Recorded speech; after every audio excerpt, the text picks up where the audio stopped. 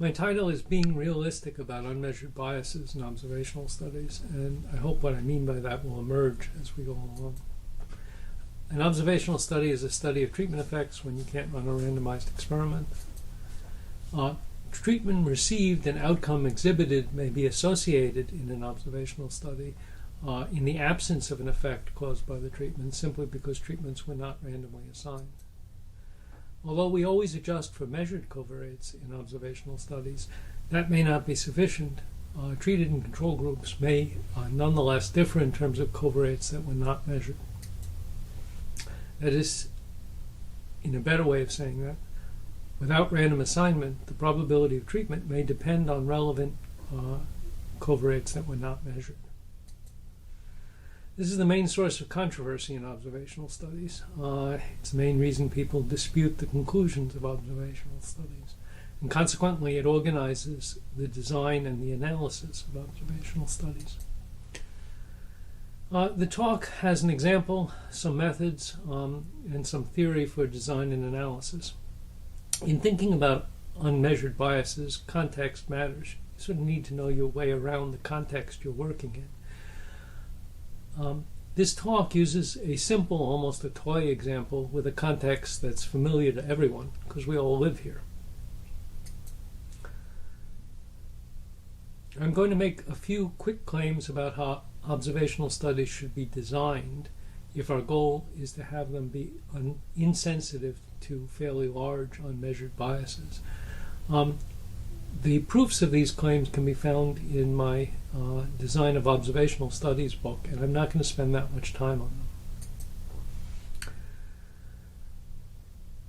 Most of the time will be about some theory showing that the choice of methods of analysis has a substantial effect on the degree to which a study is sensitive to unmeasured biases. Perhaps surprisingly, even evidence that unmeasured bias is present may make a study insensitive to larger unmeasured biases.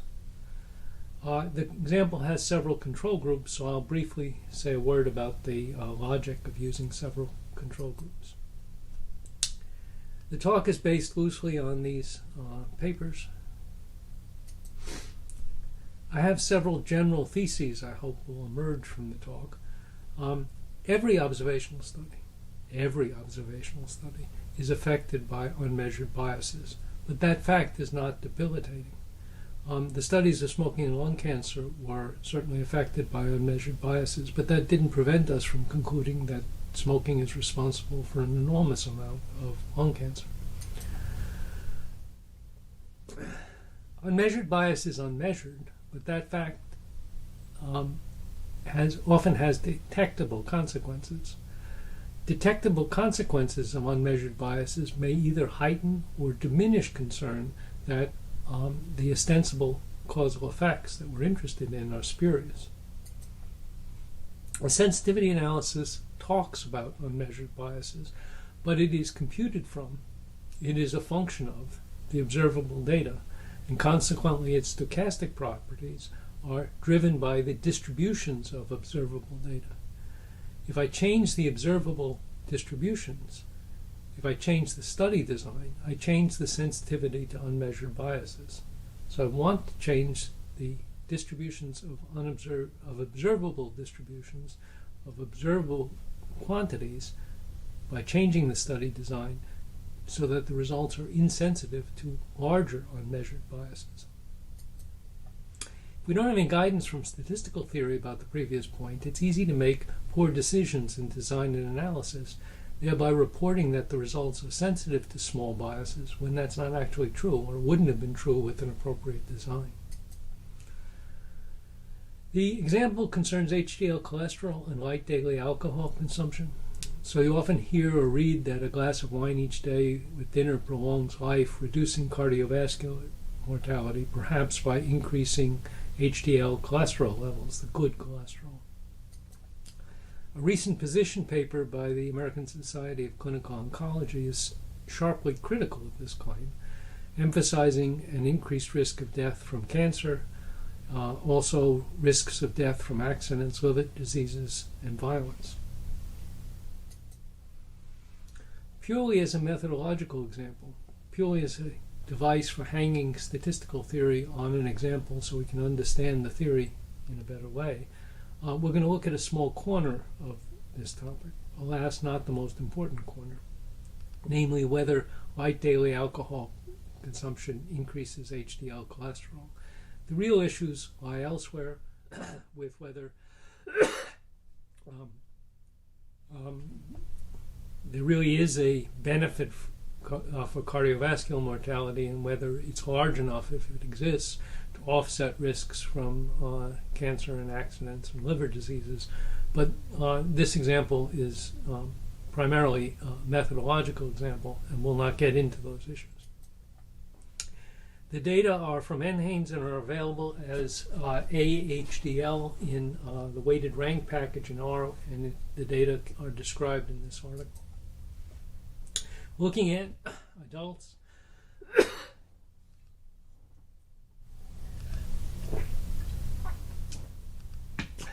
age 20 or more from NHANES.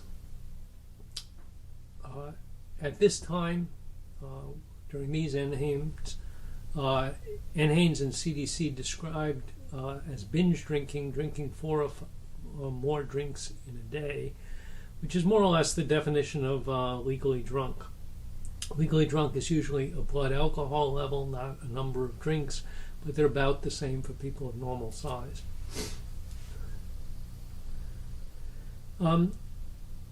Treated people, the treated group, consumed between 1 and 3 alcoholic drinks on most days, meaning on at least 260 days in the past year. They had a median of 520 drinks in the last year.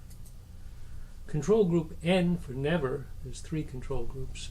Group N had fewer than 12 drinks in their life and a median of 0 in the last year. Control group R for rarely had a median of 0 drinks last year, and they had 12 or more drinks in their life, but fewer than 12 drinks in the past year. There was never a period in their lives when they engaged in binge drinking on most days. Control group B for former binge drinkers had a period in their lives when they engaged in binge drinking on most days, but they stopped and currently drink, if at all, on at most 1 day a week, 52 days in the past year. They had a median of 4 drinks in the past year. So take a moment and think about the people in these groups. You probably know people who would qualify for each of these groups. Take a moment and think about what else is going on in their lives and what unmeasured biases might be present in the comparison of these groups. We have 406 blocks. Each block is of size 4. It has 1 person from each of our groups. They've been matched for age, sex, and education, where education is 5 integer category, 1 for less than 9th grade, 3 for high school, and 5 for at least a BA degree. They were also matched for whether the NHANES recorded a methylmercury level in their blood. Methylmercury is recorded for a subsample, a random sample of the NHANES participants, but they were matched for whether the measurement was there or it wasn't there. So we have 200 blocks which do have 4 methylmercury levels, and we have 206 blocks where nobody has a methylmercury level. So we'll be able to look at the 200 blocks separately. This is what the world looked like before and after matching. BE is before, AF is after matching, comparing our 4 groups: daily, never, rare, past, binge drinkers. So we're looking at all 406 daily drinkers in those 2 NHANES, and some of the controls from the control groups. The daily drinking group was about a third female,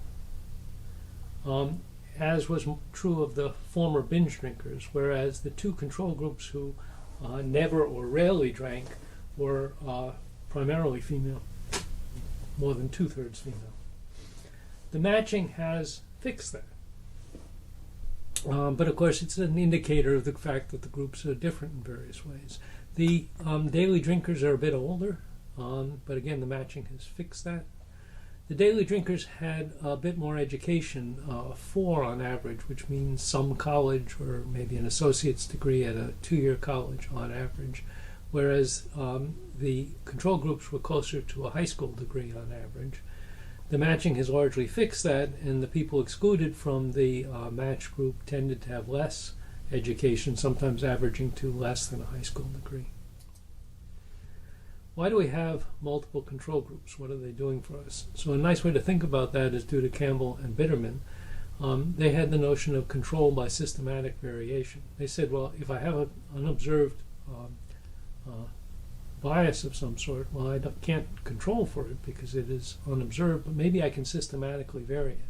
Maybe I can find control groups which, even though I don't know what the level of these unobserved biases is, I know they're very different in terms of these unobserved biases. That way I could see whether groups which are very different in their unmeasured biases have actually similar outcomes, similar HDL cholesterol levels, or whether the biases seem to be moving around the HDL cholesterol levels. That would give me a context in which to think about how the treated group differs in HDL cholesterol levels from the various control groups. The study has taken an important step that isn't very obvious from what I've said so far, namely it's excluded anybody who's kind of drinking occasionally. If you drink twice a week a glass of wine, you're not in the study. The study is comparing people who drink daily to people who basically don't drink at all, omitting people who have diluted versions of the treatment we're interested in. It turns out that that's an important piece of designing an observational study, to be insensitive to unmeasured biases. If you said, suppose I included the people who drink twice a week and gave them a lower weight in the analysis, if you do a calculation, you find the optimal weight to give to those people who drink twice a week is 0, which is to say it's the optimal thing to do is to exclude them from the study. This is optimal in terms of trying to produce study results that are insensitive to unmeasured biases. Blocks of size 4 are better than pairs, and they're better than an undifferentiated mass of people, some of whom are treated and some of whom are controlled. Why is that? Well, you have to compare what's going on if there's a treatment effect and no bias to what's going on if there's bias and no treatment effect. And you'd like those two things to look different in the data. With a pair, they don't. So in a pair, a treatment effect that raises HDL cholesterol levels will tend to make higher responses for the treated individual in the pair than for the control. Selection bias means what? They all came from the same distribution. There's no difference between treatment and control. We're looking at order statistics from the same distribution within each block, and then a selection bias is trying to push the higher order statistics into the treated group. There was no effect of the treatment, but selection bias picked certain people with higher responses. Unfortunately for pairs, those two things look the same. In both cases, the treated subject looked higher than the control, and that's about all there is to say about it. With 1 to 3 blocks, the situation is different. Right? With 1 to 3 blocks, what should a treatment effect look like? Treatment effect should affect the one treated person and leave the 3 controls unaffected. And that actually is discernibly different from the situation where all 4 observations came from the same distribution and a selection bias is pushing the larger order statistics into the treated group. It would take a larger bias to produce the same pattern in 1 to 3 blocks than in pairs. So we'll see how that works a little bit later. If you looked at a single block with 4 people in it, you wouldn't be able to see this. But if you know this pattern exists, it separates what a treatment effect looks like in the absence of bias from what a bias looks like in the absence of a treatment effect. You can build test statistics which can focus in on this distinction and thereby produce insensitivity to larger biases. The unaffected outcome is methylmercury. Why do I say it's unaffected? Well, the World Health Organization and the CDC both say that almost all human exposure to methylmercury comes from eating fish and shellfish. So elemental mercury in the sea mostly from pollution, is converted into a bioactive form by bacteria, and there are sea creatures who eat the bacteria, and sea creatures who eat the creatures who eat the bacteria, and so on and so forth. And at the top of the ocean sea food chain, there's shark and tuna and swordfish, long-lived carnivorous fish that accumulate a great deal of methylmercury. And then at the very top of the food chain, the real dummy, you eat the shark and the tuna and the swordfish, and that's where most of the methylmercury comes from eating fish which contain methylmercury. People have looked for methylmercury in alcoholic beverages and wine and so forth and haven't found it. So we have good reason to doubt that drinking is causing you to have high methylmercury levels. We think it comes from eating fish and shellfish. Can we use this fact in some positive way? It's an unaffected outcome. This is what we've been talking about.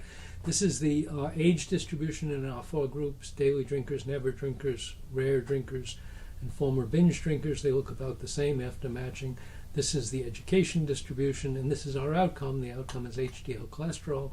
HDL cholesterol levels look a bit higher in the daily drinkers than in the 3 control groups. If we compare the groups in all possible pairwise comparisons, 4 groups can be compared in 4 choose 2 or 6 possible ways. We have to correct for multiple testing because we're doing 6 tests. We'll correct using Holmes procedure. So we're going to compare each of these using Wilcoxon signed rank test because they're blocked. What do we find? We find after correction for multiple testing, Group D, the daily drinkers, has significantly higher HDL cholesterol levels than all 3 control groups, with a p-value no bigger than 10 to the minus 16th. Whereas when we compare each of the control groups to each other, the minimum p-value is bigger than 0.21. So the difference between Group D and the control groups isn't chance. Not remotely plausible that it's chance. And the differences among the control groups are plausibly due to chance. And so we're sort of done with chance as an explanation of what we see in the 3rd panel. Could be something else, right? It could be some bias in who drinks and who doesn't drink and so on. That's perfectly possible, but we're done with chance as an explanation all by itself. Do you think that people in these groups are leading similar lives? My first thesis was, in observational studies, there are always unmeasured biases. Do you think there are unmeasured biases here? Well, what do you think would happen if I asked these people, have you ever tried marijuana? People who've had less than 12 drinks in their life, people who were former binge drinkers. What if I asked them, have you ever tried heroin or cocaine? What if I asked them, have you been to the dentist in the last year? What if I looked at their methylmercury levels? Would we see evidence of unmeasured bias if we looked for it? Well, indeed we do.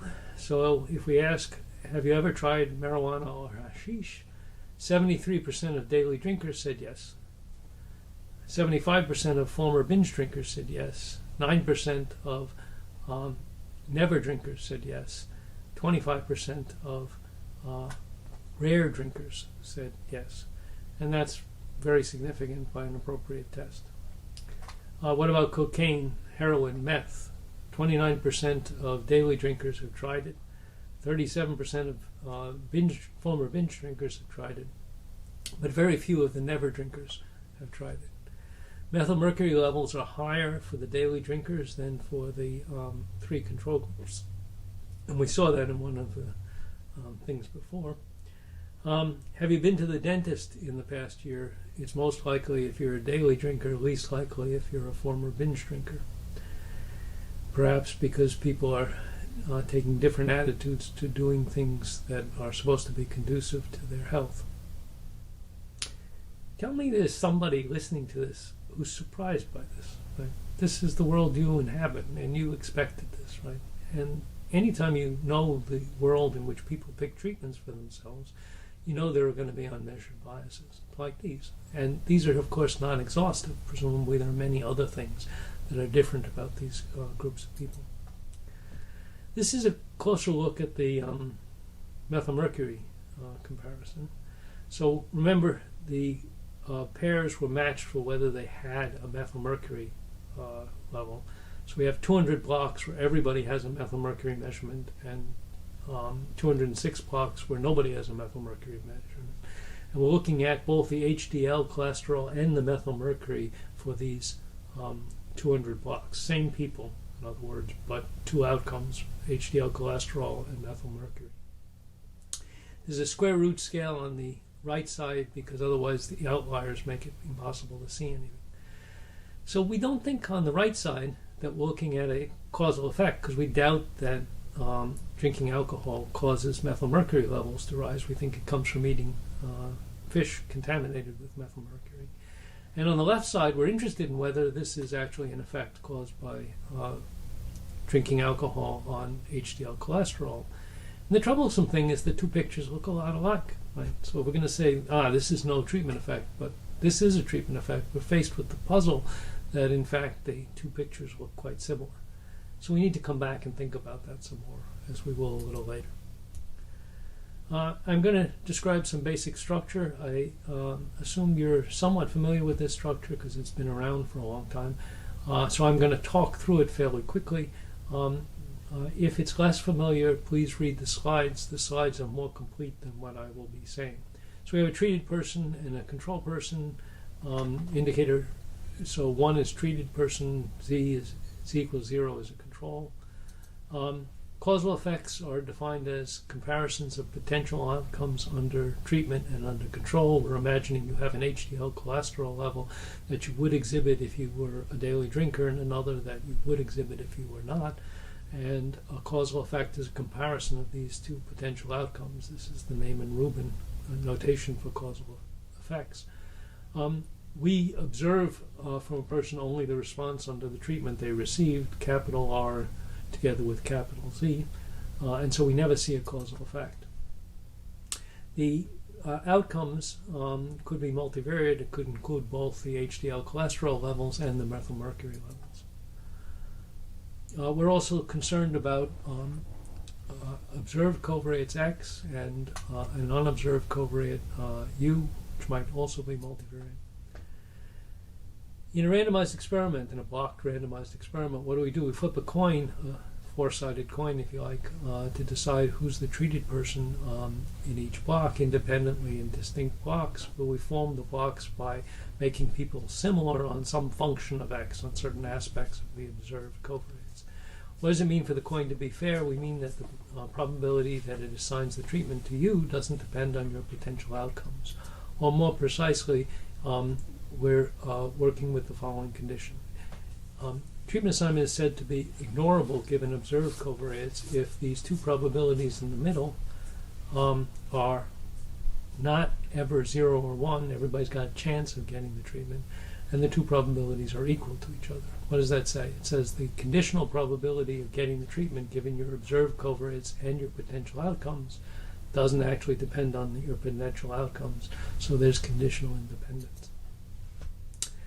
If treatment assignment is ignorable, then appropriate adjustments for the observed covariates suffice for causal inference.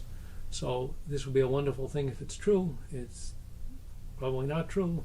It's almost impossible to establish that it's true. But if it were true, things would be wonderful. You just adjust for the observed covariates in a fairly mechanical way, and you get a causal inference. We often speak of ignorable treatment assignment given something else, say given a function of the observed covariates. So I'm saying I don't really have to worry about all of the observed covariates, just some of them in the function of the observed covariates. But sometimes I say, well, treatment assignment isn't ignorable given the observed covariates, but it would have been ignorable if I had added a particular unobserved covariate and had measured that too, and that's a way of focusing my attention on a particular unobserved covariate and suggesting that it's a specific, it's the actual cause of our problems. The guy over here on the right has a familiar name. He's the propensity score, the probability of treatment given the observed covariates. He's estimable because he doesn't depend on anything that we didn't observe. And a useful fact about the propensity score is that if treatment assignment is ignorable given the observed covariates, it's also ignorable given just the propensity score. So if it was enough to adjust for the observed covariates to remove bias, it's also enough to adjust for the propensity score to remove bias. This other guy has a name. He's the principal unobserved covariate, or zeta. So he conditions both on the observed covariates and the potential outcomes. So if zeta is never 0 or 1, everybody's got a chance of receiving the treatment. Two key facts for all. One is treatment assignment being ignorable is the same thing as saying that the propensity score is equal to the principal unobserved covariate. Ignorability, it's enough to adjust for X, is the same thing as the principal unobserved covariate and the propensity score are the same guy. Secondly, treatment assignment is always ignorable given any function of X and the principal unobserved covariate. Even the function which throws X away. Right? If you had the principal unobserved covariate, causal inference would be straightforward. If you don't have the principal unobserved covariate, then treatment assignment can't confidently be said to be ignorable, and if it's not equal to the propensity score, if it's not ignorable given the observed covariates, then you're in considerable difficulty in drawing causal inferences. Importantly, the principal unobserved covariate is a function of the potential outcomes and the observed covariate. So we build I blocks with J people in each block. We had 406 blocks of 4 people, 1 treated person in each block, which is indicated by the sum of the z's being 1 for each block. We sample from the observable distribution of R, Z, and X. There's nothing unobserved in there, and we assemble these people into blocks. We create non-overlapping blocks matched for some function of the observed covariates. So people in the same block look the same in terms of these observed covariates. They may differ between blocks in terms of these functions of the observed covariates. Our worry is that's not enough. Right? Our worry is that blocking for this function of the observed covariates hasn't controlled the principal unobserved covariate, and so there's still bias from a dependence on the potential outcomes. That is to say, 2 people in the same block may have the same value of h of x and yet may have different values of the principal unobserved covariate. This could happen in any of 3 ways. It could be that when I controlled for h of x, I didn't control for the propensity score. Secondly, it could be that I controlled for h of x, but controlling for h of x didn't control for the principal unobserved covariate because treatment assignment is not ignorable given the observed covariates. So it could be that both are true. Right? It could be I didn't do an adequate adjustment for the observed covariates, and on top of that there are unobserved covariates that are causing problems. Let's write F for the potential outcomes and observed covariates for everybody. The principal unobserved covariate is a function of F, and in fact it is the probability of treatment given F. Let's write calligraphic Z for the set of possible treatment assignments. So the set of possible values of the treatment assignment matrix. So the treatment assignment matrix has I rows and J columns, and its entries are binary variables, and in every row there's 1 treated person, so there's 1, 1, and J minus 1 zeros. There are J to the I possible values of the treatment assignment, and they're collected in the set calligraphic Z. We sampled independent people and then blocked them to ensure that the treatment assignment is in calligraphic Z, which we represent by conditioning on the event that this is true. I'm going to slightly abuse notation. Instead of writing conditioning on the treatment assignment is in the set Z, I'm just going to condition on the set. So that's not quite correct notation, but it makes formulas look a bit simpler. In the simplest case, right, completely randomized experiment, the treatment assignment is determined by this 4-sided coin, and it doesn't care anything about your potential outcomes. And every person in every block has a 1 over J chance of being the one treated person in that block, and treatment assignments in distinct blocks are independent. I want to get from the world before we blocked to the world after we blocked by conditioning. So we need to go through a little conditioning argument. It's a very elementary conditioning argument.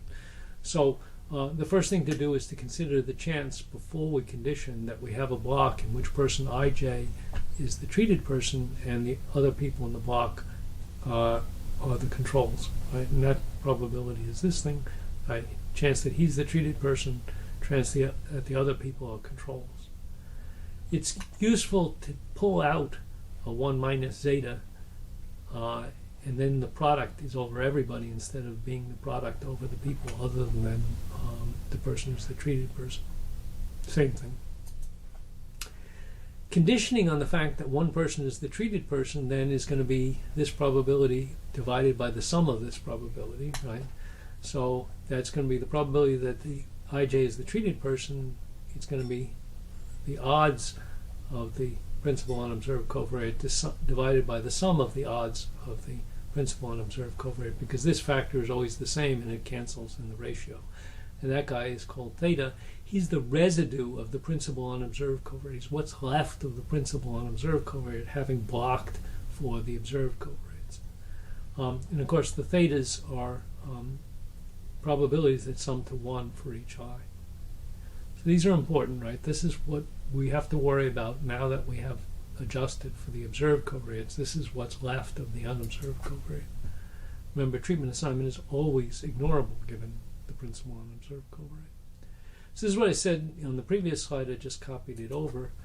The sensitivity model says out in the world before we blocked, the odds of being a treated person compared to the odds of being a control for two people who have the same value of h of x and are therefore might be blocked, that odds ratio is between gamma and 1 minus gamma, and that's limiting how far we are from a randomized experiment. If gamma were 1, we would have the same probability of being the treated person in every block for every person, about 1 over j, and we'd be back to the randomization distribution. And this is a titrated departure from a randomized experiment. After we've blocked, right, we're less interested in the zetas and more interested in what's left of the zetas after we've blocked, and that's the thetas. And you see that what was an odds ratio for the zetas becomes a ratio of probabilities within blocks. So the same model, the same bounds yield that the probability that J is the treated person rather than J prime is the treated person in block I, that's at most gamma and at least 1 over gamma under this model. Different test statistics, different research designs correctly yield different levels of sensitivity to unmeasured biases in observational studies. We'd like to understand this. We like to make wise choices in design and analysis, and in order to do that, we need to understand how choices we make of test statistics, choices we make of study designs affect sensitivity to unmeasured bias. We're going to do this in a couple of stages. We're going to start by looking at the alcohol data and see various things that happen in the alcohol data. I'm hoping that's tangible. I don't think it can be convincing because we don't really know what ground truth is in the alcohol data. But we'll see certain things do happen, and so we'll see, in fact, that in the alcohol data, how much sensitivity you report depends on some of the choices you make. That's unambiguous. What's the right answer in the alcohol data is not so unambiguous, but what's unambiguous is that how much sensitivity there is depends on choices you make in design and analysis. Second, we're going to get rid of the alcohol data and replace it by a probability model. So the probability model is a model that generated the data. Now we know exactly what's going on because we made it happen. It's not any longer about alcohol or the real world, but we know exactly what ground truth is. So we know whether our statistical methods are telling us correctly about ground truth when we know what ground truth is. And we'll see that what happened in the alcohol data is happening all the time. It doesn't have to do with the alcohol data. It has to do with test statistics and probability distributions and not a particular data set. I'm going to start with a collection of closely related statistics. They all have very similar form to each other.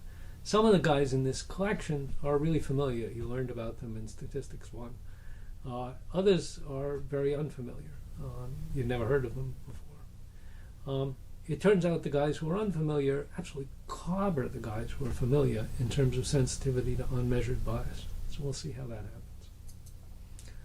We want to test the null hypothesis of no treatment effect, that you would have the same HDL cholesterol levels if you were a daily drinker or a control. So we're going to use a test statistic which starts by taking the HDL cholesterol levels that are observed from people, the RIJs, and ranks them from 1 to J in each block. So the person with the highest HDL cholesterol level in a block gets ranked J, and the person with the lowest HDL cholesterol level in a block gets rank 1. We'll call these QIJ, the ranks within the blocks.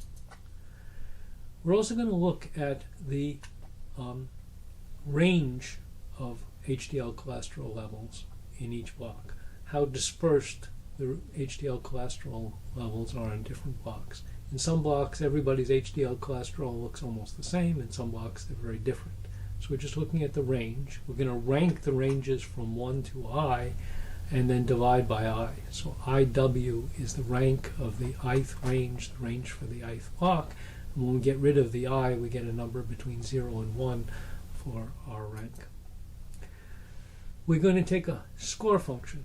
So we're going to score the ranks of the ranges. It's going to take 0, 1 into 0, 1. This is our test statistic. So what does the test statistic say? We're going to calculate, what's this guy? This is the rank of the HDL cholesterol level for the treated person in block I. We're going to multiply that by the way we scored that block in terms of the range of the responses, add it up, and that's our test statistic. If he's big, we're going to reject the null hypothesis. If he's not big, we're not going to reject the null hypothesis. So you've seen guys like this many times before. If we had matched pairs, J equal 2, and we took this score function to just be the constant 1, then we get the sign test. If instead we take the phi function and it returns whatever we give it, we give it a rank, it gives us back the rank we gave it, then we get Wilcoxon's signed rank test in the case of matched pairs. When I say we get these, I mean that the statistics that result are differ by a linear function from the original forms of the statistics, and so give the same inferences. If we take an arbitrary phi function, right, then we get a general signed rank statistic, which is a category of statistic that's been known and studied for decades. If J is bigger than 2, if the blocks are of size bigger than pairs, right, and we take the phi function to be 1, as we did for the sign test, we get the blocked Wilcoxon rank sum statistic. So we're ranking within each block the response of the treated person, we're summing the ranks over blocks.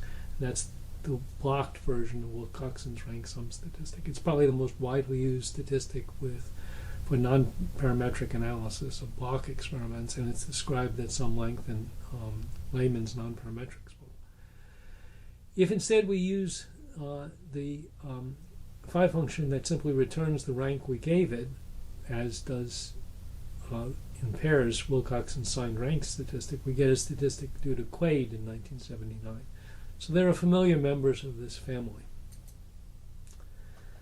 So this is the 4 statistics we're going to compare. You're looking at the function, the phi function, that transforms the untransformed ranks of the ranges into the transformed ranks of the ranges. So if you just always use the same value, 1 for every block, you get the stratified or blocked Wilcoxon rank sum statistic, which reduces to the sign statistic in pairs. If you take the diagonal line, right, for pairs you get Wilcoxon signed rank statistic, and in general you get Quaid's statistic, which is just using the rank of the block ranges. And then there are these 2 other guys, U868, U878, they're called U because they're U statistics. But they're not familiar statistics. They have a kind of cobra-like shape to them, right? So what are they doing? They're ignoring blocks with small ranges and upweighting blocks with large ranges, more dispersed in terms of their HDL cholesterol levels. And 878 is doing more of that than 868, right? He's being more selective and focusing on the largest ranges. But you notice these are rank statistics, and so they don't care about any one person or any two people or any three people. We have 406 people, right? So U878 is kind of caring about 200 of them. So they're robust guys, not affected by Alzheimer's. There's an important set, B gamma, which is a set of biased treatment assignments. B gamma is the set of all thetas. Remember, the thetas are the residues of the principal unobserved covariates. It's the set of all thetas which satisfy our sensitivity model, right? So their probabilities, they sum to 1 in each block, and their ratio of any two of them is between gamma and 1 over gamma. So there's infinitely many I by j arrays of thetas that fall in a B gamma for gamma greater than 1. Each of our thetas, the vector theta, matrix theta, is of dimension ij, right, which is 1624 in our study. But they all live in a flat, and the flat is of dimension I j minus 1, or 1218, because of the condition that they sum to 1 in every block. B is a closed and bounded, hence compact set of thetas, and that's useful because we're going to look at maxima and minima over these compact sets. The sets are nested, right? So if gamma is bigger, then the B gamma is contained in B gamma prime when gamma is smaller than gamma prime. So we're assuming less and less as we let gamma get bigger and bigger. Right? There are more and more thetas. We never lose a theta.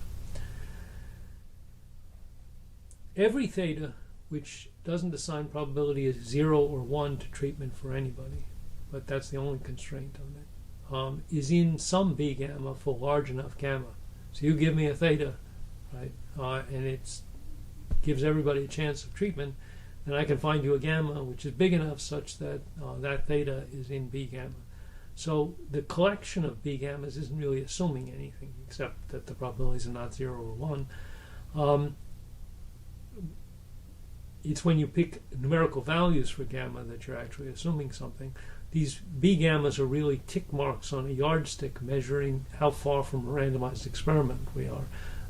They're not actually an assumption beyond that.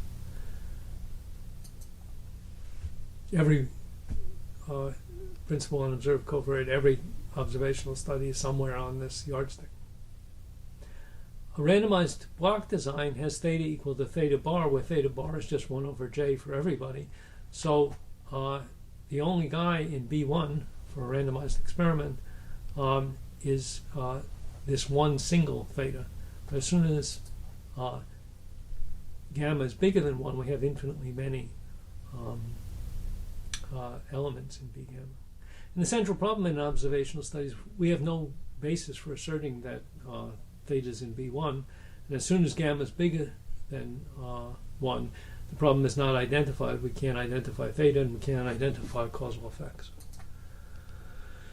The sensitivity analysis is going to reject when our test statistic is large. Remember, this was our test statistic. We're getting the rank of the treated person in each block, multiplying it by a score depending on the range of the observations in the block. And this is the probability that the treatment assignment is a particular thing if somebody gave us the principal unobserved covariates. Let's write bracket A for the characteristic function of an event. It's 1 if the event occurs, it's 0 otherwise. Rejection of the null hypothesis is then saying that this bracket of the test statistic is bigger than t is 1, right? That's the same quantity. If somebody gave us theta, nobody's going to give us theta, but if somebody gave us theta, we could calculate the tail probability and we'd know how to test the null hypothesis, right? So what is this guy? This is a 1 or a 0 depending upon whether that particular treatment assignment gives us a rejection. This is the probability of the rejection. And this is summing it over all possible treatment assignments. So this is the total probability that the null hypothesis will be rejected for a particular theta. Our problem is we don't know theta. Right? So for a given gamma, we're going to find the maximum p-value that's in B gamma. Okay, so we're going to look throughout B gamma, compute this guy for every value in B gamma, pick the biggest one, and that will be the bound on the p-value, the sensitivity bound for a given gamma. We can compute this for various values of gamma and get a sense of how sensitive, where on this yardstick the study would have to fall if we were really going to attribute the apparent effect of alcohol and HDL cholesterol to unmeasured bias. So let's do that for the alcohol data. We're looking in the inside of this table at these p-value bounds. This is the largest p-value you could get using the data from in the presence of a bias of magnitude gamma. The gammas are over here. 1 is the randomization distribution. 2 is a pretty big departure from the randomization distribution, and so on. And we have our 4 test statistics. So if this were a randomized experiment, you'd be set to go. You'd reject the null hypothesis with great confidence. If you didn't worry about unmeasured biases, you could say all kinds of silly things. If gamma were 2, pretty big bias, departure from randomized experimentation, still the p-values are all small for all of the test statistics. At gamma equal to 3.5, Wilcoxon's statistic is just given up, right? It says I could get a p-value bigger than 0.05 and not reject the null hypothesis if in fact the bias were 3.5. But you notice Quade's statistic and the 2U statistics are both still going strong. At gamma equal to 4.5, Quade's statistic is still rejecting the null hypothesis, but it's pretty soon going to, as gamma increases, fail to do so. So it's beating Wilcoxon's statistic by quite a bit. But the other 2 statistics are still going strong. At gamma equal to 5.5, U868 is petered out and can no longer reject the null hypothesis, but U878 is still going strong. At gamma equal to 6, U878 is still rejecting the null hypothesis, but it's about to give up as gamma gets bigger.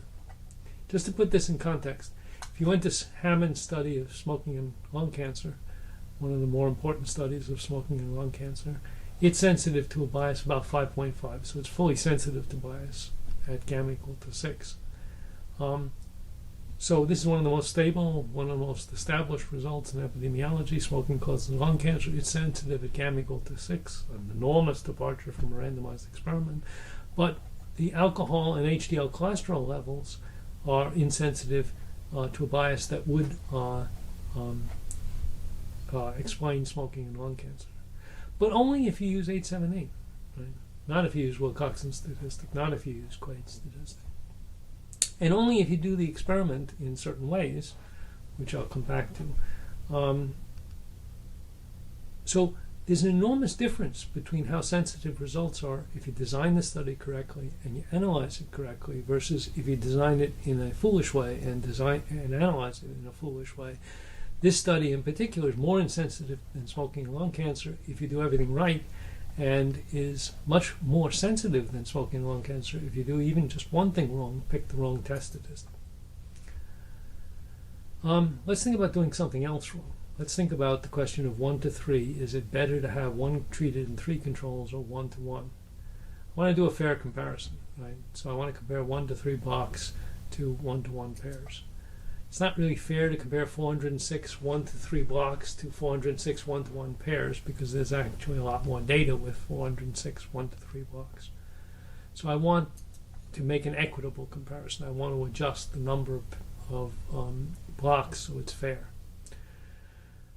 Let's do this with the most familiar Gaussian linear model. It has an additive block effect, a constant effect. It has a treatment effect. It has a constant within block variance. And the distributions of the errors are Gaussian, so we'll let to use the mean. And so we're going to look at the average response of treated subjects minus the average response to control in this balanced design. So if I have m 1-to-1 pairs, the variance of this estimator is 2 sigma squared over m. Why 2 sigma squared over m? I'm taking the difference of two guys who are independent and have variance sigma squared, then I'm averaging m of them. Right?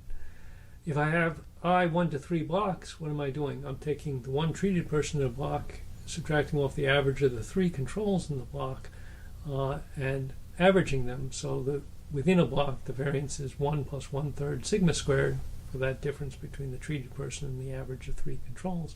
I'm averaging I of those differences, and so that's the variance of the difference in means in the block design. So as far as the standard error goes, and if sigma squared were known, as far as the distribution of our estimator goes, it would be indistinguishable whether we used m pairs or I blocks if I were 1 plus 1/3 m over 2. That would equate the situation. In particular, if I had 406 pairs and I compare that to 271 blocks, the Gaussian linear model with known sigma squared couldn't care about the difference between those two situations, and the standard error of the estimator is the same in those two situations. So let's do that with the alcohol data. Let's take 406 pairs, right? So we're going to take every treated person and one of the 3 controls selected at random. Now we have 406 pairs. And let's take 271 blocks by simply sampling 271 of the 406 blocks. So now we have an equitable comparison. Under the Gaussian linear model, there wouldn't be any reason to prefer the left side to the right side. Is that true in a sensitivity analysis? So once again, we're looking at p-value bounds for various values of gamma from various statistics. You notice that the left side looks very different from the right side.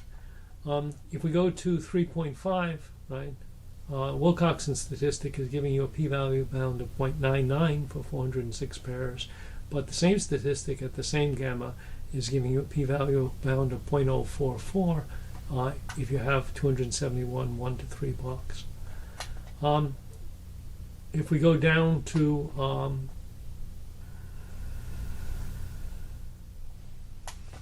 here, let's say for Quade's statistic, right? Quade's statistic at gamma equal 4.5 is still significant, but over here, Quade's statistic has a p-value bound of 0.85. So blocks win again. For U868, here it's still significant using 868, but it's clearly not significant using it with pairs, same gamma. And the same thing is happening with U878 when you compare this number to this number. What are you seeing? On the right side, when we have 207 rather than 406 pairs, the p-values tend to be a little larger. Sometimes there are sampling fluctuations, but they tend to be a little larger than they were using all the data. That's what you'd expect. With a little more data, the p-values get a little smaller. On the left side, however, switching from blocks to pairs, we have a qualitative change in how sensitive the study is to unmeasured biases. It's now sensitive to much smaller unmeasured biases than it was before. So we really want to be on the right side, not on the left side. Can we understand this theoretically? So we've seen if you do different analyses and design the study in different ways, you get different answers. But can we figure out what the right answer is? Well, the only way we can figure out what the right answer is to generate the data using a model where we know what the right answer is and see if with the statistical methods sort things out correctly. Right? So you need to do a little statistical theory. So we're going to let the sample size go to infinity under simple models and see what happens. As soon as we let the sample size go to infinity, quantities that depend on the data are going to acquire a subscript indicating how big the sample size is right now. So t is going to become ti, our test statistic is the test statistic in a sample of size I. I'm going to work with a basic model for a treatment effect. This is this model. It's a fairly simple model. It's a little more complicated than the one we were talking about a moment ago.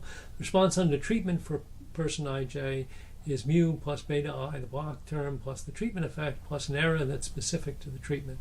The response for the same person under control is mu plus beta I plus a new error. The new error is different from the other error in general. Could be the same in some models, but it isn't generally the same. And the two distributions, the joint distribution of the two errors is exchangeable. So the t errors look the same as the c errors in terms of their marginal distributions. The treated minus control difference And the causal effect for a person is then tau plus the difference of two errors that have the same marginal distribution. So the treatment effect is not constant. It's varying depending on the errors. If I compare not the person to themselves to get the causal effect, but I compare a person to somebody else, if I compare a treated person to a control, something I can actually compare because I can't jointly see RT and RC on the same person, if I look at a treated person in block I and a control in block I under this model, I'm taking the difference between Tij and Cij prime, different people in the block, and I'm getting this guy. Right? So that's a pair difference, a treated minus control pair difference in block I, one pair difference. And it's a constant plus the difference of two independent errors. And so it's symmetrically distributed about the true value of tau. The difference of these errors is not the same as the difference of these errors because this is the same person and these are two different and independent people. I want to have a yardstick for measuring how big the treatment effect is, so I'm going to fix the variance of the difference of two errors like this to be 1. So we can always rescale any problem, so that's true. And then tau is the treatment effect in units of the standard deviation of a treated minus control pair difference. So the simplest estimate of the treatment effect is I take one treated person, subtract off the response of one control in the same block. That guy has an expectation of tau and a variance of 1, so tau is the treatment effect in units of the standard deviation of one pair difference. The block design has 3 pair differences that are correlated because they have the same treated person. We'll get all that correct as we go along. So I want you to imagine the study is unaffected by unmeasured biases. That is to say, it was generated by this model, and tau is not 0, and there's no unmeasured bias, and in fact, treatments are being randomly assigned. If that were true, we wouldn't know it, right? Not only wouldn't we know it, we couldn't defend any claim that were true because there's no evidence that that's what's going on. But this is precisely the situation where I'm hoping to be able to say something, right? There's no bias, there is a treatment effect. I want to say there's a treatment effect. This is called a favorable situation. So it's a situation with a treatment effect and no unmeasured bias. And it's the case where I'm hoping to be able to say, since I can't say I know I'm in the favorable situation, I like to say at least that the results are insensitive to unmeasured biases. Will I be able to say that? There are 2 quantities that are helpful in thinking about the models and the sensitivity to bias. They are the design sensitivity and the Bahadur efficiency of a favorable model. The sensitivity analysis conducted under a favorable model. We're going to test the null hypothesis of no treatment effect in the presence of a bias of at most gamma. The data are actually coming from that favorable model, so there's no bias and there is a treatment effect, and we want to distinguish those 2 situations. We want to say there is a treatment effect. Suppose we want power, omega, say 90% power, in this sensitivity analysis. So the probability of that upper bound on the p-value being less than, say, your alpha level, whatever alpha it turns out to be, is supposed to be 90%, and that's what we want. Suppose I have I blocks. What level would I have to accept in order to get my 90% power that I want? So let's call that level alpha gamma I. So it might be that I could have 90% power. I was willing to reject the null hypothesis pretty liberally with a p-value less than 0.1. If I had 100 blocks, but if I instead had 406 blocks, I would have 90% power with an alpha of 0.01. Right? So this is saying what is the alpha I would need to get power 90% if I had a given sample size. We want alpha to go to 0 as fast as possible as the sample size increases. Ultimately, the power doesn't matter. If you pick 95% power, you get the same rate. If you pick 50% power, you get the same rate. There's typically a number called the design sensitivity, gamma tilde, such that as the sample size increases, the level of the test that gives me 90% power, say, is going to 0 if gamma is below the design sensitivity, and the level is going to 1 if gamma is bigger than the design sensitivity. In that sense, gamma tilde is the limiting sensitivity to unmeasured biases. If you had infinite data, you'd reject for all gamma less than gamma tilde, and you'd reject for none when gamma is bigger than gamma tilde. On this side, we're looking at the familiar world. Sample size gets bigger, p-values get smaller, alpha levels, type 1 error rates get smaller. On this side of the world, we're looking at the twilight zone. Sample size gets bigger, the p-values and the critical values are going to 1, and the world is unmanageable. And of course, that's the nature of an observational study. There is a point at which we can't say anymore about unmeasured biases.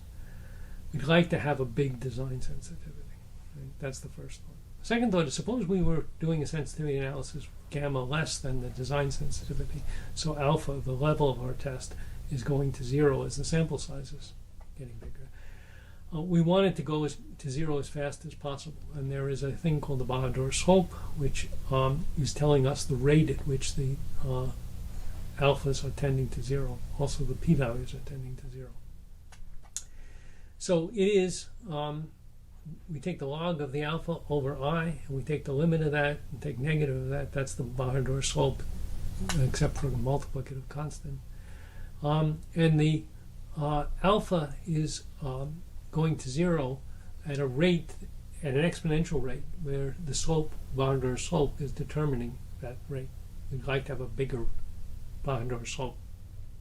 Just to repeat, gamma tilde is telling us about the limit as the sample size goes to infinity. The Bahadur slope is telling us for gamma below the design sensitivity how quickly we're approaching that limit. Right?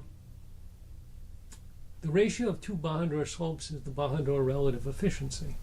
So that's like most other relative efficiencies, it can be thought of as a ratio of sample size.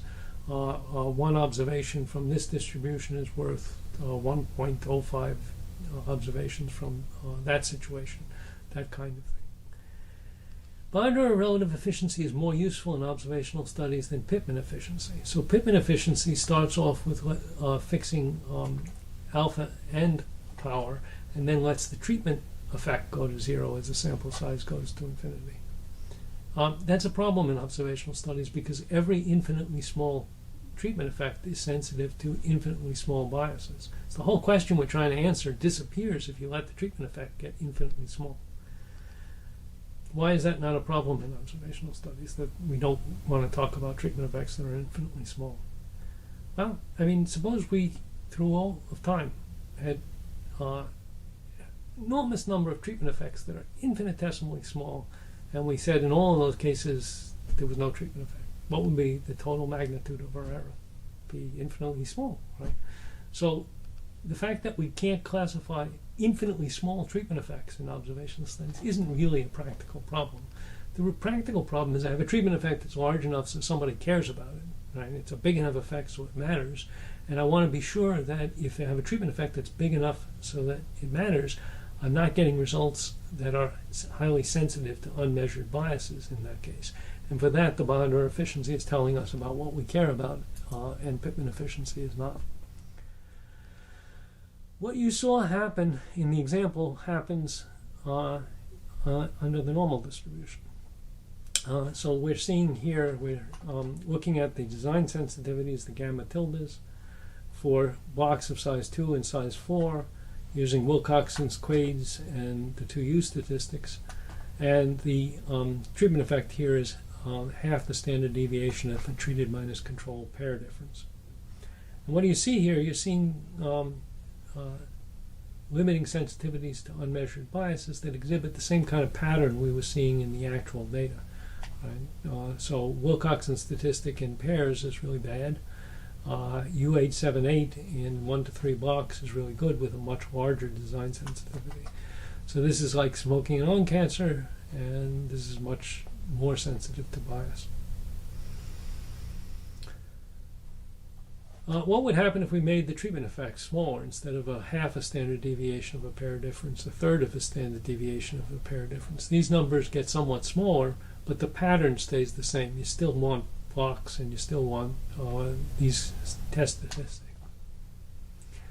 What if we swapped the normal distribution out and plugged in the t-distribution? After all, these guys were giving more weight to the extreme ranges.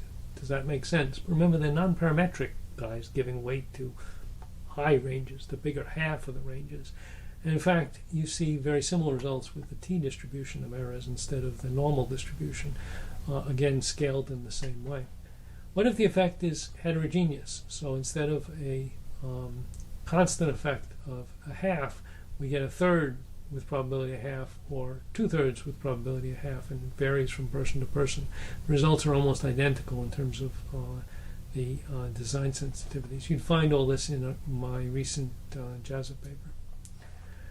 So now let's look at Bahadur efficiency. So we're going to do the efficiency at gamma equal to 2. Gamma equal to 2 is sufficiently small that the statistics we're comparing all have a design sensitivity bigger than gamma equal to 2. So they all work eventually. That is to say, that the alpha levels and the p-values are tending to 0 for sensitivity analysis at gamma equal to 2 in all of the cases we're considering in this table. But they're tending to 0 at different rates. So what are we looking at? We're looking at a sensitivity analysis performed at gamma equal to 2. You can change that. We're looking at a treatment effect that's either a half a standard deviation of a pair difference or a third of a standard deviation of a pair difference. You can change that. The errors are either normal or from the T5 distribution. And in the top panel, we're comparing U868, a pretty good test statistic, to U868 using pairs. In the bottom panel, we're going to do the double whammy, where we're going to compare the better test statistic to the signed rank statistic with pairs. So you're going to get the effect of a better design and the better test statistic hitting you twice in combination. Let's look at the top panel. 868 versus 868 with pairs. Obviously, in pairs, that ratio is going to be 1 because I'm comparing 868 to 868, and of course they're the same. With triples, you're seeing a noticeable increase in efficiency with 4 controls per block, even more, right? So this is a relative efficiency of 3 right here. So what does that mean? It means that 1 observation done right is worth 3 observations done wrong, right? Statisticians usually get excited about a 5%, a 10% improvement in efficiency. This is a 300% improvement in efficiency. Now let's do the double whammy. Long test statistic, and you're using pairs, right? This is giving you the relative efficiencies of doing it right twice versus doing it wrong twice. This number over here is 24, 25, right? 1 observation done right is worth 25 observations done wrong, right? This is a 2,481% increase in efficiency. These are the magnitudes we should care about. These should change our practice.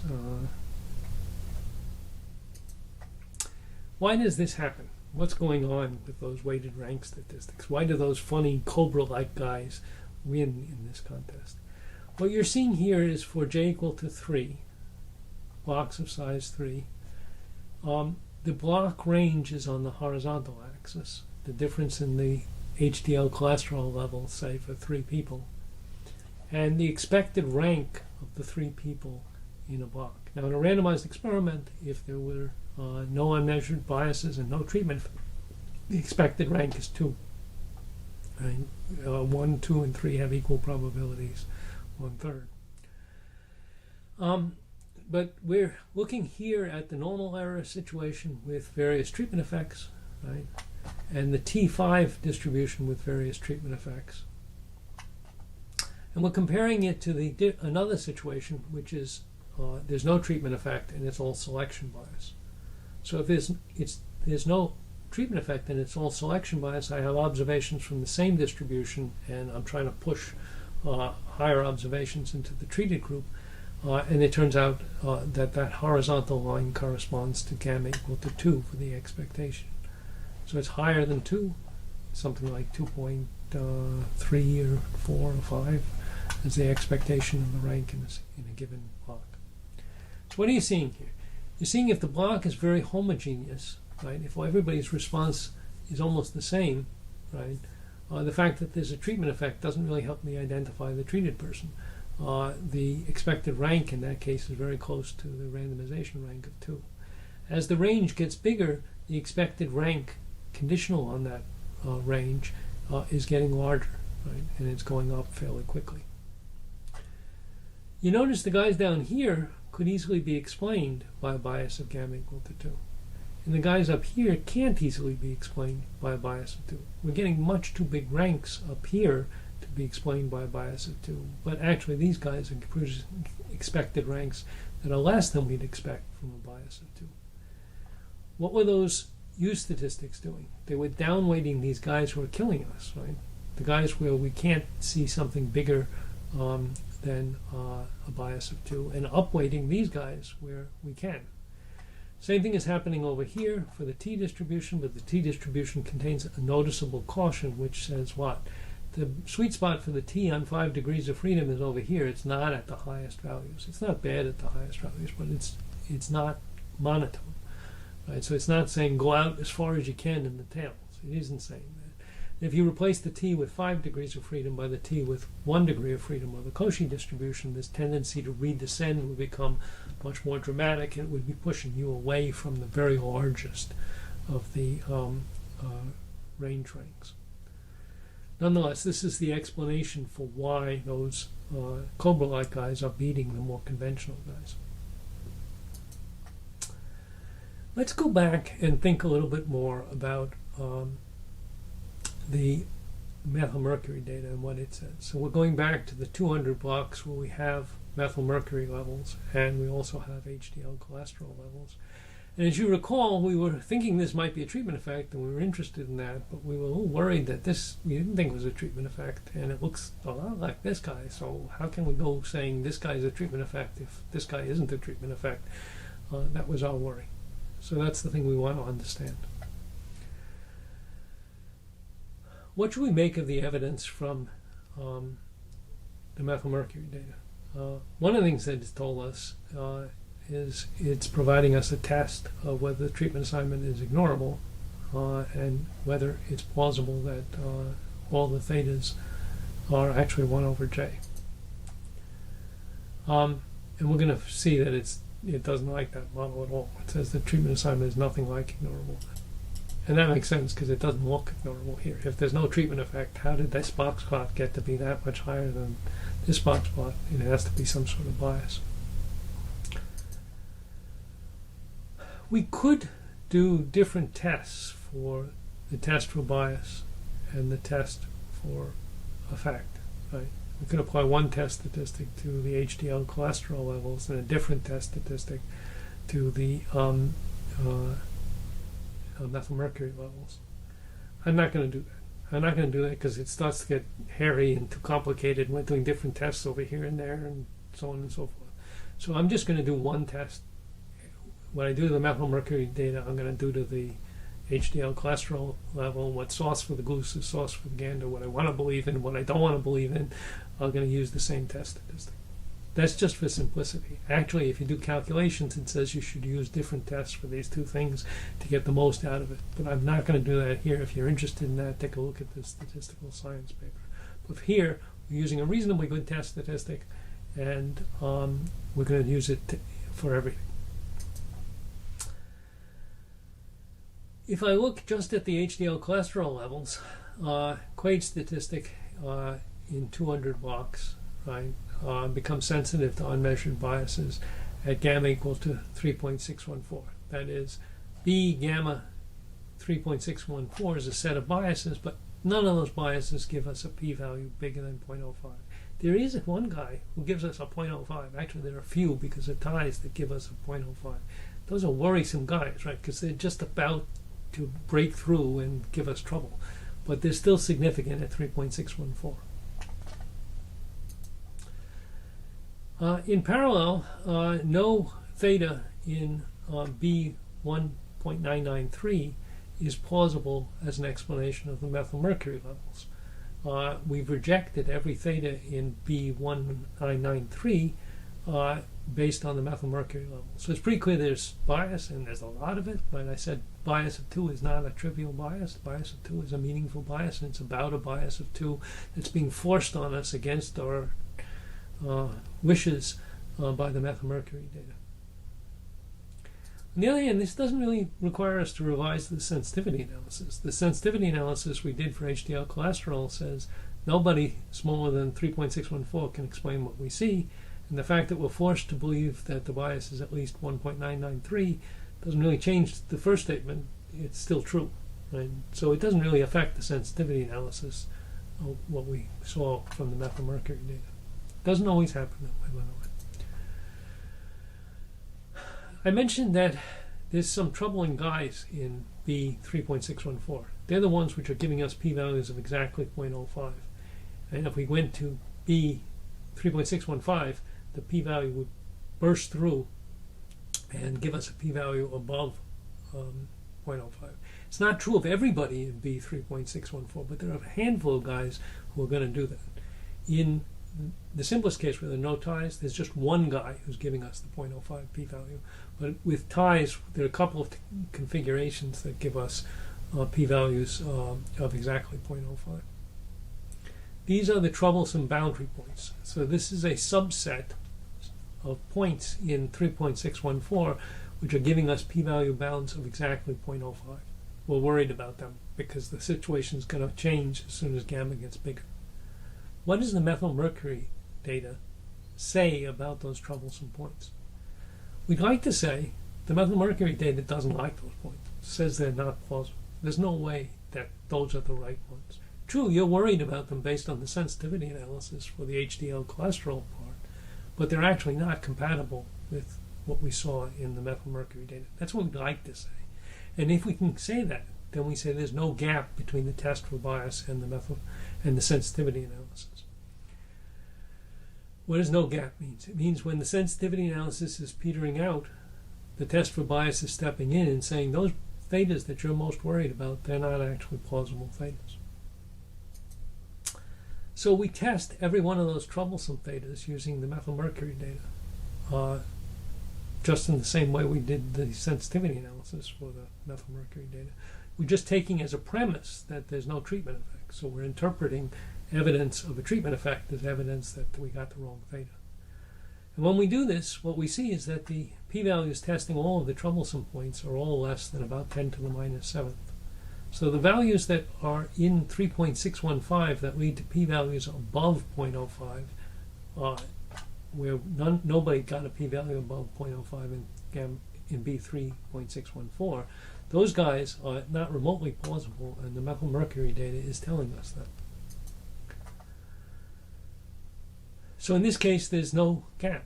The methylmercury data provided evidence of bias, and indeed evidence of a lot of bias. Rejected all biases less than about 2. But nonetheless, it's actually strengthening the causal claim about HDL cholesterol because the biases that are worrisome for HDL cholesterol are being refuted by the methylmercury data. We could do this a little bit more carefully and a little bit better as follows. We can create a confidence set for theta. So the confidence set is capital theta, and it's the set of all thetas which, when I test them using the methylmercury data, I don't reject them. So the only requirement of them is that they be probabilities. I test every one of them, and I put all the ones that are not rejected into this set theta. That's an infinite set of ij dimensional thetas. Two things about it. It's not consistent as a confidence set. Why is it not consistent? Because as I let I get bigger, the dimension of the whole problem is getting bigger. So there's no hope of consistency for theta. It is a confidence set, however. When I test the true theta, some theta is the true theta. When I test the true theta, the chance that I falsely reject it using the methylmercury data is only 5%. So the chance that the set covers the true theta is 95%. What is the sensitivity analysis informed by the confidence set? I'm not going to let theta wander all the way around B gamma. I'm going to restrict it to B gamma's intersection with the confidence set. if I've rejected somebody, a theta, as not plausible, I'm not going to consider it in the sensitivity analysis. So that means this new p-value, which is the maximum not over b gamma, but over the intersection of b gamma with theta, is a p-value informed by the test for bias. In comparison with the uninformed p-value, the sensitivity analysis, which lets theta be anything in b gamma, whether it's plausible in light of the test for bias or not. Now this is a maximum over a smaller set, right? So it's a smaller maximum than this maximum, which is a maximum over a bigger set. They could be equal, right? But it can't be the case that this guy is smaller than this guy. So we always have p prime, the informed guy, is smaller than or equal to the original guy. But we can actually calculate and figure out how much smaller.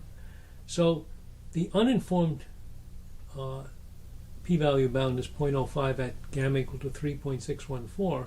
But if we confine it to the confidence set, gamma has to be 3.82 to lead to sensitivity to bias. That is to say, a gamma, the B 3.82 has a p-value bound which is a theta which is just about to become greater than 0.05 and barely explains the methylmercury data and the HDL cholesterol data. There's a little calculation which is saying that the gap between 3.614 and 3.82 is nothing to be sneezed at. That can seem not to be the case because it's 3.6 versus 3.8. If it were 1.6 versus 1.8, we would be excited about that kind of a difference, and some of that is being considered here in this amplification, which some of you will know about and others won't. Just to repeat where we are, what we found is a bias of gamma equal to 3.614 can just barely explain what's going on with the HDL cholesterol level. We're forced to believe that there's a bias of around 2-ish because you need that to produce this picture. Nonetheless, there are many biases over here which are compatible with explaining this picture because this is 3.614 and this is about 3.2. On the other hand, the smallest bias that can explain both pictures is bigger than 3.614. It's 3.82. To explain both pictures, you need a larger bias than you would have needed if you hadn't tested for unmeasured bias using the methylmercury data. Let me summarize them. Unmeasured biases are present in all observational studies, but the fact that they're present in all observational studies may not be debilitating. We may be able to reach firm conclusions in observational studies. Statistical theory can aid in avoiding mistakes that exaggerate sensitivity to unmeasured biases. We have to know basic things like don't include low doses of treatment, don't include don't do match pairs if you can do 1 to 3 matching. Use the right test statistic. Large mistakes in design and analysis are possible, and I think they're pretty common because many of the things that we're talking about doing are not what people commonly do. Design sensitivity and biodor efficiency of a sensitivity analysis are two tools that guide design and analysis. How do they guide design and analysis? They talk about a probability model and how sensitive data from that probability model would be if we analyzed it. And so we're talking about a situation we understand because we created the situation and we know what the statistical methods are doing in terms of ground truth because we created ground truth. It's the right way to evaluate statistical methods. It's not the way to analyze data, but it's the right way to evaluate whether the methods we're using are the right methods. Evidence of biased treatment assignment may either increase insensitivity to unmeasured bias. We saw that with the methylmercury data. In order to explain the methylmercury data as well as the HDL cholesterol data, the bias had to be larger than it was needed just to explain the HDL cholesterol data. So let me close here.